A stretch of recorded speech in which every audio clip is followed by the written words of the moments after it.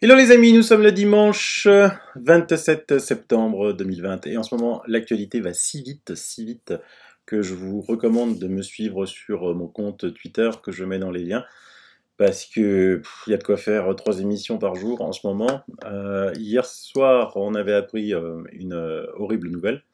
Heike Schöning que je vous avais présenté ici dans une vidéo YouTube il y a déjà quelques temps comme le médecin allemand qui avait créé une association AQ.org 2020 et qui avait été récemment à Berlin et avait invité Robert Kennedy Jr. à venir faire un discours, s'est rendu à Londres pour faire un discours et il a été arrêté hier, mais manu militari, par des policiers armés, un truc de fou, un truc de fou, et on n'avait absolument pas de ces nouvelles.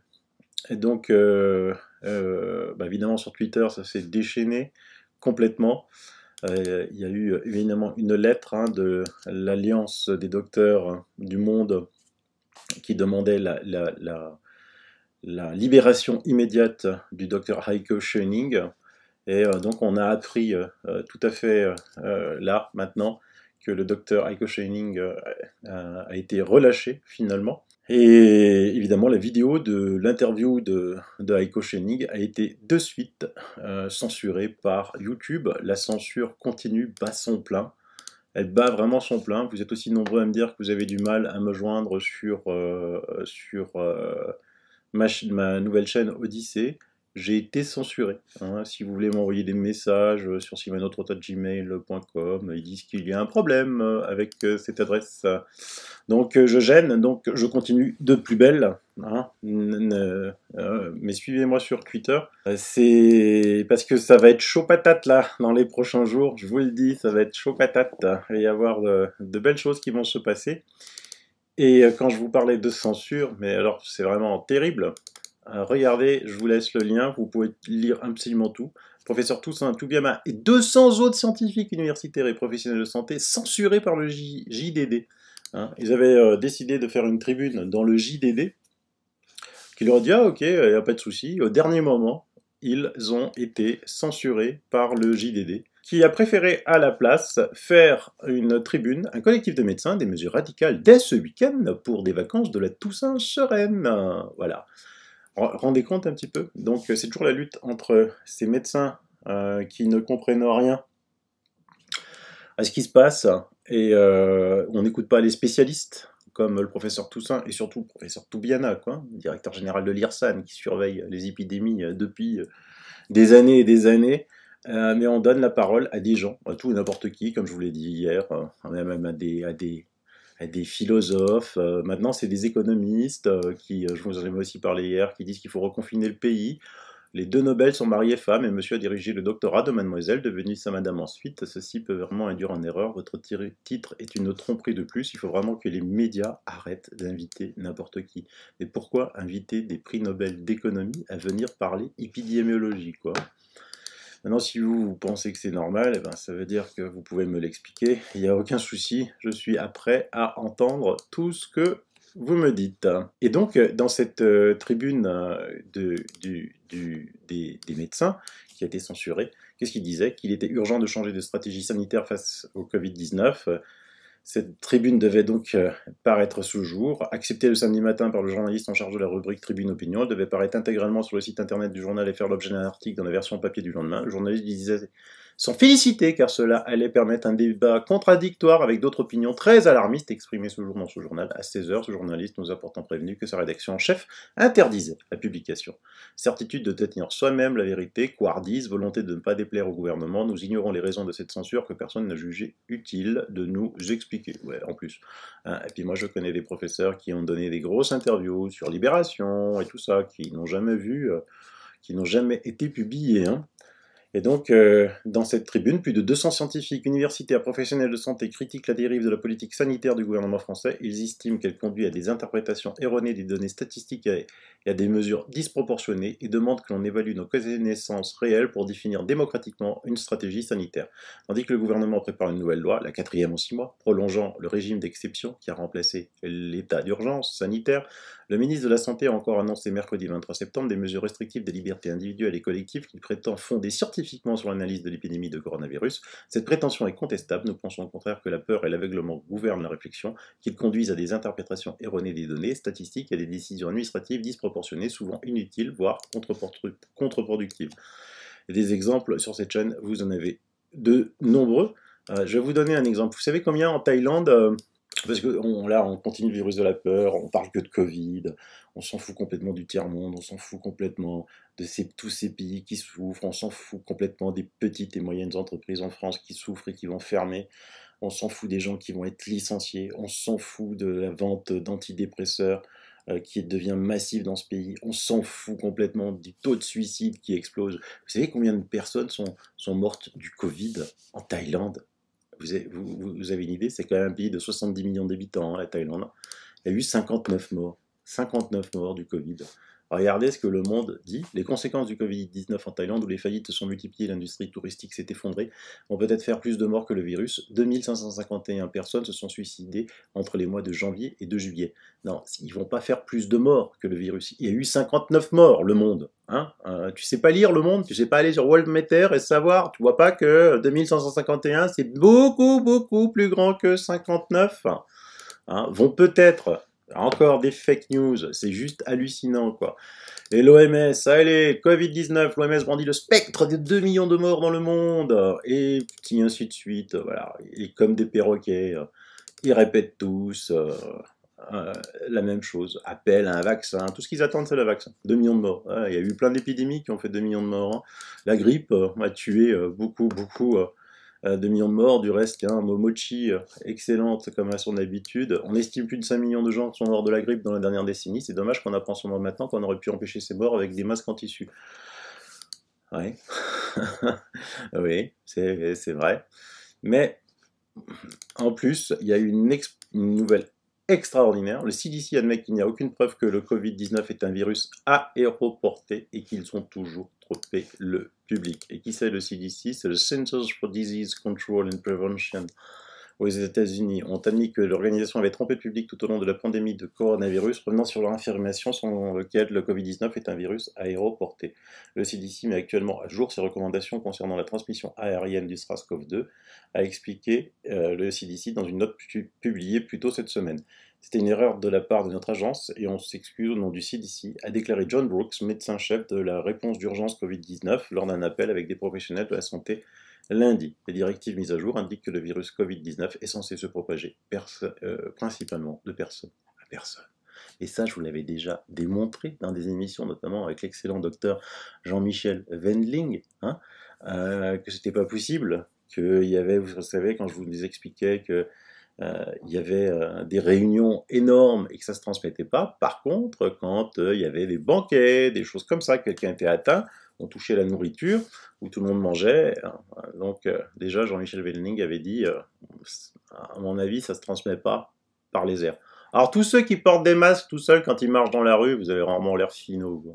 Alors ceux qui portent les masques dans leur voiture, et franchement, faudrait vous prendre en photo parce que honnêtement. Mais il y a encore d'autres bonnes nouvelles. Regardez ça. En Australie, l'interdiction de l'hydroxychloroquine, c'est du pénal. Maintenant, on a fini de jouer.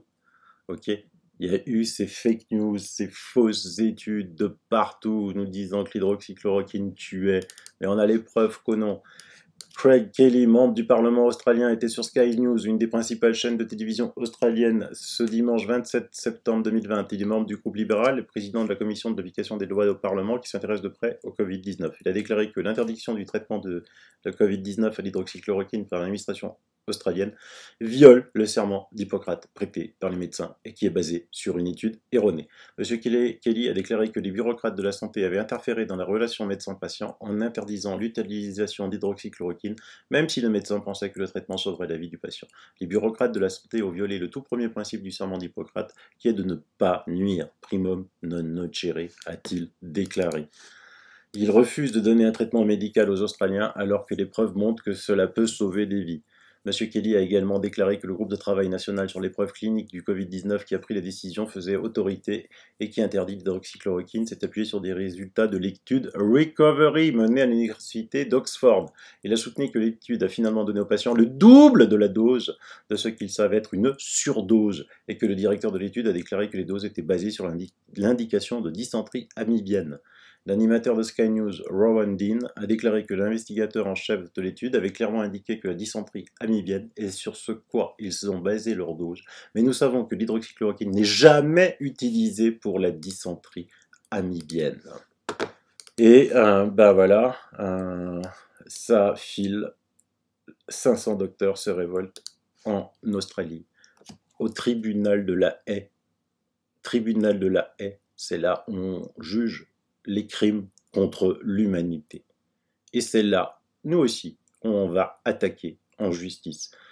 Il y a une étude du Lancet qui a été trompeuse, foireuse, le Lancet l'a retirée, on s'est basé dessus. Et il y a encore la Haute Autorité de Santé France se réfère à cette étude qui a été retirée.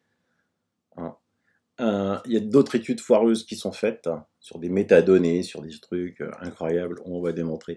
Donc à un moment, il faut aller poursuivre en justice toutes ces personnes qui font des fausses études. Parce que quand on fait une fausse étude, c'est qu'on a quelque chose derrière la tête. On a un but à atteindre. Donc le but, c'est de descendre évidemment un médicament qui marche, parce que alors maintenant les preuves, les études montrant, même si les médias fake news ne vous en parlent pas, hein, on est à 107 études qui démontrent l'efficacité de l'hydroxychloroquine. La preuve, en Afrique, on prend de l'hydroxychloroquine. Comme nous, on mange un Smarties, eh bien écoutez, toute l'Afrique, 1,5 milliard d'habitants, a moins de cas que la France en une seule journée. Donc, à un moment, il faut que la justice prenne les choses en main. Ça doit arriver. Hein. Une petite note d'humour d'Eliane Carrier que j'adore. Vous croyez un virus qui s'attaque uniquement au bar, pas au restaurant, uniquement au jour debout. Par contre, il n'est pas dans les transports en commun et à l'école, il s'attaque aux enfants qui étudient, mais pas quand ils mangent. Moi, j'adore ce genre d'humour. Alors, il y a je reçois beaucoup d'emails. Alors, moi, vous savez que j'aime bien sourcer tout ce que je dis, mais quand à un moment, une masse d'informations devient importante, je vous avais déjà dit hier, dans l'émission, avant-hier, dans l'émission de Emma Cruzy, qui avait le docteur Broussalian, qui disait qu'ils avaient envoyé des écouvillons vierges et ils étaient revenus positifs. Là, on a, avec les hôpitaux de Cherbourg et Saint-Lô, la semaine dernière, nous avons envoyé 4 tests PCR au laboratoire de Coutances, tests sur lesquels nous avons juste mis une goutte d'eau. 4 aides-soignantes se sont prêtées au jeu, les résultats sont arrivés hier, et tous les 4 positifs, donc soit le virus attaquait l'eau maintenant, ou alors ces tests ne valent vraiment rien, à moins que les labos soient soumis à un quota de tests positifs par jour. On va étudier ça. Je sais pas, ça c'est pas sourcé, hein, c'est pas sourcé du tout. Je vais enquêter là-dessus, je vais demander beaucoup plus d'informations. Mais on va faire la même chose. Hein. On va faire la même chose, on va envoyer des écouvillons vierges dans le réseau pour voir s'ils reviennent positifs ou pas, pour rassurer les gens. J'ai aussi, je suis infirmière en labo, je fais des prélèvements Covid tous les jours, résultat 97% de négatifs, les positifs sont asymptomatiques qui ont juste un rhume. Mon patron, médecin biologiste, dit que nous sommes tombés dans la paranoïa totale. Je croise des médecins qui prescrivent pour être tranquille vis-à-vis du Conseil de l'Ordre et des patients devenus hystériques. L'épidémie est terminée depuis des mois, le masque est inutile, ce sont des faits médicaux que j'observe avec mes collègues et nous sommes atterrés. Heureusement, des soignants commencent à dire la vérité et ils sont de plus en plus nombreux. Et je fais un appel à tous les médecins à arrêter quand quelqu'un, vous pensez qu'il a le Covid, de le laisser chez lui avec du Doliprane. Hein. Vous avez fait le serment d'Hippocrate. Hein. Attention, hein, attention. Une info de dernière minute hein, qui vient de tomber là, pendant que je fais cette émission. Ils ont saisi le portable et l'ordinateur de Heiko Schöning. Alors je ne sais pas ce qu'ils vont lui, je ne sais pas pour quel motif ils l'ont arrêté, mais pourquoi saisir un portable et un téléphone? C'est certainement pour retracer tous les gens avec qui il était en contact. Là, on est limite, on entre en dictature. Hein. On entre en dictature, faut en être conscient là.